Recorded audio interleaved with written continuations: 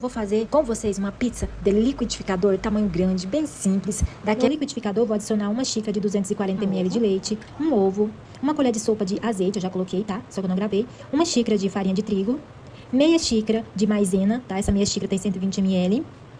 Uma colher de café rasa de sal, uma colher de café de açúcar, uma colher de sopa de fermento químico para bolo, meia colher de café de orégano.